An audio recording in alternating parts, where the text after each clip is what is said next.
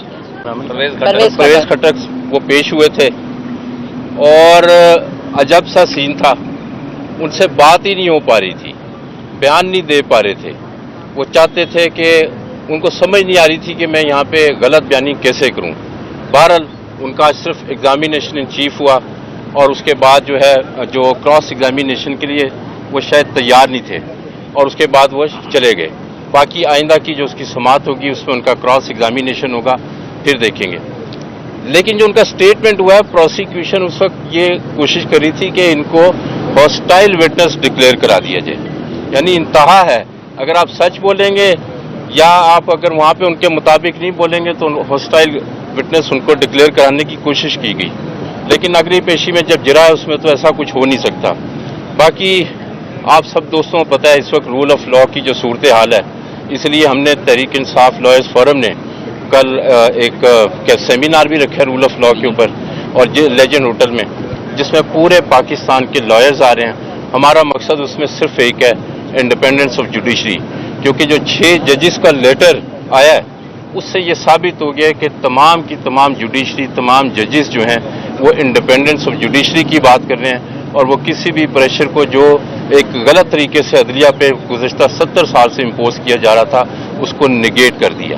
تو انشاءاللہ تعالی آگے جو کیسز آ رہے ہیں, جو مطلب آپ نے دیکھا ہے کہ ابھی عدت والا کیس ہے وہ بھی لگا ہوا ہے, تو اس کو بھی ہم اس میں سمجھتے ہیں کہ ہمارے حق میں فیصلہ ہوگا, کیونکہ جو معاملات ہیں جیسے پہلے عدلیہ کو چلانے کی کوشش کی جا رہی تھی اب وہ نہیں ہوگا, اور اس میں پورے پاکستان کے وکلا جو ہیں اس ایشو کے اوپر اکٹھے ہیں. اچھا یہ بتائیے گا, ایک تو ابھی آپ کیونکہ آپ کے جو بھی لیڈرز ہیں وہ آ کے یہ کہتے ہیں کہ ہمیں چیف جسٹس سے اور سپریم کورٹ سے انصاف کی امید ہے, لیکن بھارتی پی ٹی آئی جو ہے وہ بار بار تنقید کا نشانہ بنا رہے ہیں چیف جسٹس کو. تو اس ساری صورتحال میں جب آپ کی 25 مئی کی پٹیشن بھی پینڈنگ ہے تو کیا سمجھتے ہیں کتنی امیدیں آپ کو عدلیہ سے انصاف؟ دیکھیں پہلی بات ہے وہ چیف جسٹس صاحب کو نہیں, جو ایکٹس ہوتے ہیں نا ان کو تنقید کا نشانہ بنانا وہ حق ہوتا ہے. اگر وہ آپ سمجھتے ہیں کہ قانون اور آئین کے مطابق نہیں ہے تو وہ آپ کا حق ہے, اس کو بول سکتے ہیں, ٹھیک ہے. اور جیسے کہ انہوں نے لاسٹ ٹائم ان کے وکیل نے ایک یہ بھی بات کی تھی کہ ہمیں اعتماد نہیں ہے, تو یہ قانون میں اس چیز کی گنجائش موجود ہے. جہاں تک رہی عدلیہ سے امید کی, میں نے پہلے ہی کہا جو 6 ججز کا لیٹر آیا یہ پاکستان کی تاریخ کی بہت بڑی ڈیولپمنٹ ہے.